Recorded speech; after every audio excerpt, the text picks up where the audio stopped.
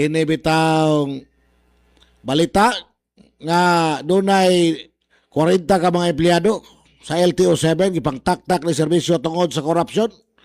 Ha? Giuyog karon mga higala sa dakong skandalo ang buhatan sa LTO7.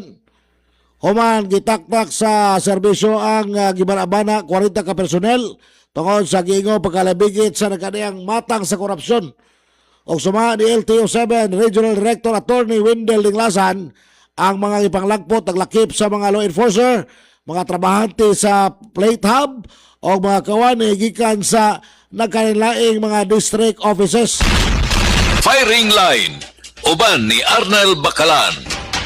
Na sugod kining maong lakang sa sunod-sunod nga reklamo batok sa maong mga personel. Diin kanaghanan kanila giingong nangilkil o nangayo og kwarta sa mga motorista atol sa roadside operation mga kaigsunan.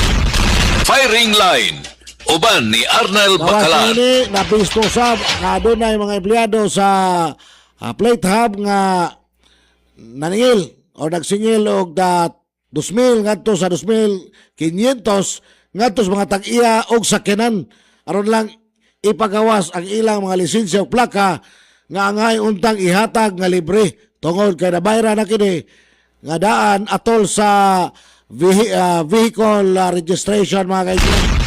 Firing line, uban ni Arnel Klaro Bacalan. ni Dinglasan nga kadaghan sa mga nangatangtang nga mga or kadaghanan sa mga natangtang nga mga job order o GO personnel hinungdan nga daling naputol ang ilang mga kontrata. Samtang alang sa mga permanente mga empleyado o kantong ubo sa plantilya, ipaubo sila sa sakto pod nga due process sa pagkatangtang. Ilabinas pagpasaka og administrative case or investigation mga kaibigan. Firing line, uban ni Arnel Bacalan. So, gipadayag sa kanakuhan sa LTO7 nga seryoso sila sa paglimpyo silang hanay aron mabalik ang pagsalig sa publiko dungan sa pagpasidaan nga di sila magpanuko sa pagtangtang sa bisan kinsa nga malabigit sa illegal nga pamagi o fixing activity sa ahensya mga kaibigan. Firing line, uban ni Arnel Bacalan. So ato ning masabot mga higala nga kining mong lakang sa LTO7 usa ka dakong timaan nga murag seryoso sila, no? Seryoso ang maong ahensya sa paglimpyo sa ilang hanay, no? Apan sa samang higayon nagpakita sa ni, no?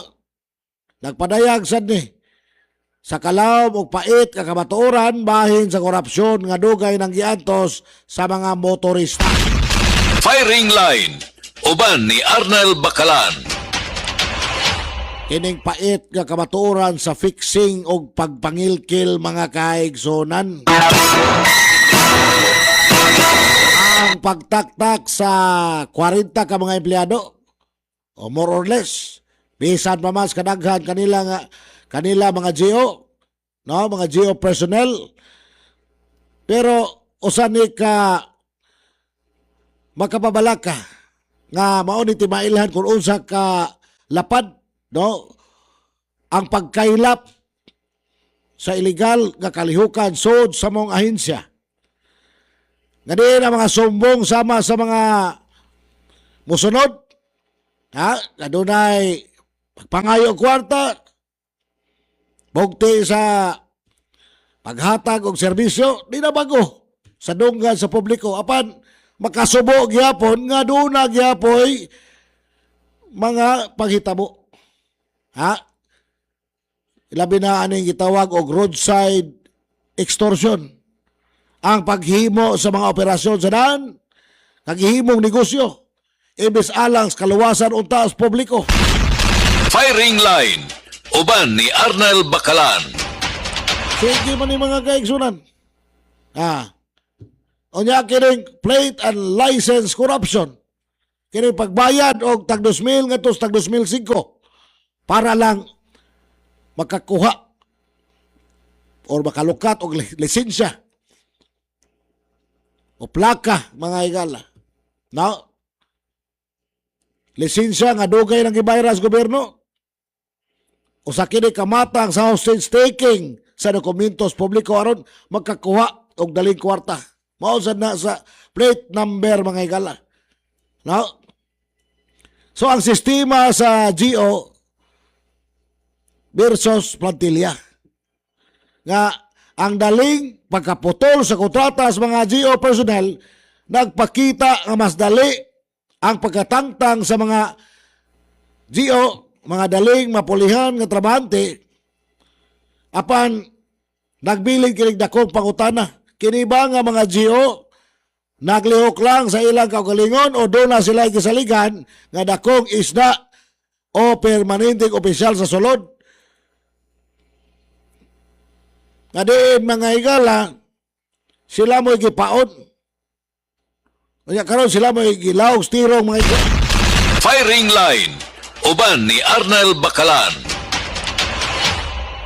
Unya, ang hagit sa due process, samtang daling natangtang kining mga GO.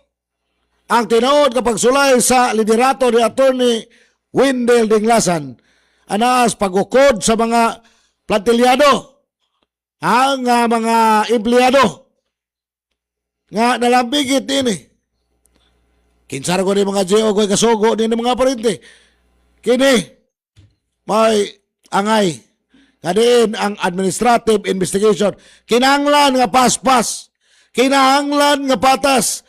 Kinahanglan nga way ginipigan aron mapamatudahan nga dili lang mga gagmayng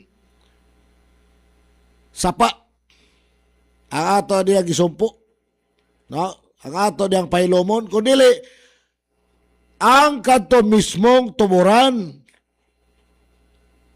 sa tubig sa sapa mga kaigsunan. Kadtong tuburan nganong dunay nahitabo korupsyon dias mga ahensya mga kaigsunan. Firing line. Uban ni Arnel Bakalan. So, unsa may angayang buhaton kas unahan mga higala. Na, di igo nga mataktak lang ni ang mga sadaan. Na, kinanglan ang radikal nga kausaban sa sistema aron di kini masubli mga higala. Firing line. Uban ni Arnel Bakalan. Una, hingpit nga digitalization. Mao siguro na atong pagabuhaton.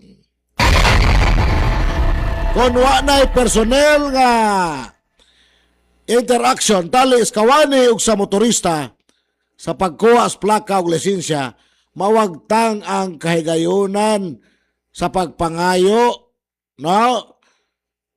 Og padangog mga higala. Firing line. Uban ni Arnel Bakalan. Unya, ikadua, kriminal nga kaso. Di lang taktak, no? Ang pagkatangtang sa trabaho, silot administratibo ang mahimo ra, no? Silot nga pwede ra makabalik.